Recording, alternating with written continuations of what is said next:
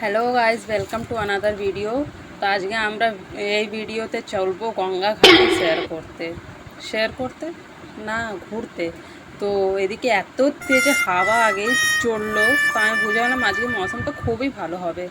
তো আমি আমার ছেলেকে নিয়ে চললাম ঘাটে। তো আমার জায়েরও অপেক্ষা করছিলাম তো এদেরকেও দেখছিলাম, এরা ফটো তুলছে, আমি বসে বসে বোর হচ্ছি। তো ওয়েট অনেকটাই করতে হয়েছিল। তো ততক্ষণে ভাবছিলাম যে কখন আসবে, যে অন্ধকার হয়ে গেল তখন আসবে। তো আমার মেয়ে বললো যে আমি যাচ্ছি নিচে ভাইকে নিয়ে, তো আমি যাও খেলো।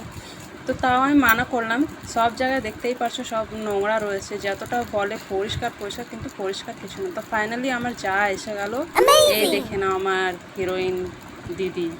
তো এনার সাথে দেখা করে আমার খুবই ভালো লাগে, টাইমও কাটাতে খুব ভালো লাগে, ইনি খুবই ভালো হচ্ছে। তো আমরা যে গঙ্গা মানে দর্শনের ঘাটে যাব, এত ধুলো মাটি চলছিল, আঁধির মতন হাওয়া চলছিল। তো ভালো লাগছিল ভিডিও বানাতে। পেছনে দেখে নাও সব মুখ চোখ ঢাকছে। আমার ছেলে তো বলছে মা চশমাটা পরে আসলে পর ভালো হতো। তো কিছুক্ষণেতে দেখলাম এই বাচ্চারা ইনস্টাগ্রামে খুবই ফেমাস আছে।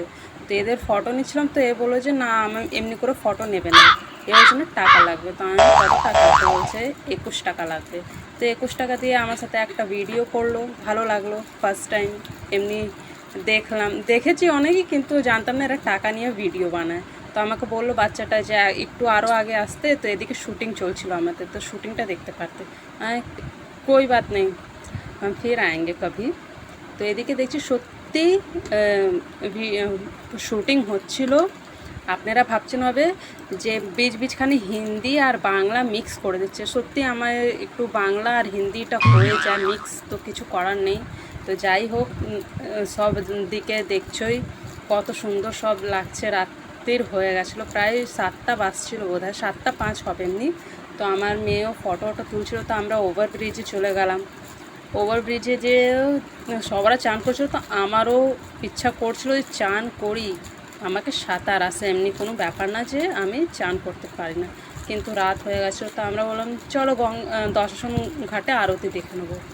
তো এরা আরতি না দেখে এরা আমাকে ছেড়ে দিয়ে চলে গেল আগে আগে। আমার পেছনে আবার খুঁজতে খুঁজতে আবার দৌড়ালাম এদের পেছন পেছন। তো দশাসনের ঘাটে উঠেছেই এদিকে বচপন কি ইয়াদের দোকানে চলে গেলাম।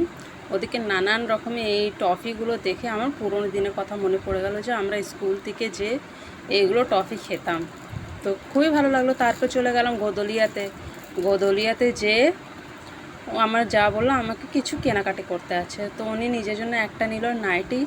এদিকে খুবই আমার ছেলেকে গরম লাগছিল বলে হাতে একটা ফ্যান নিয়েছে। তারপর আমি চলে গেলাম ফ্রুট কর্নারে যে আমরা ম্যাঙ্গো জুস খেলাম। ম্যাঙ্গো জুস খেয়ে এবার বাড়ির দিকে রওনা হচ্ছি। তো আশা করি তোমাদের এই ছোট ভিডিওটা ভালো লেগেছে হবে। তো বাড়িতে এসে আমি ফ্রেশ হয়ে নিলাম। তো আপনারা লাইক শেয়ার কমেন্ট করে অবশ্যই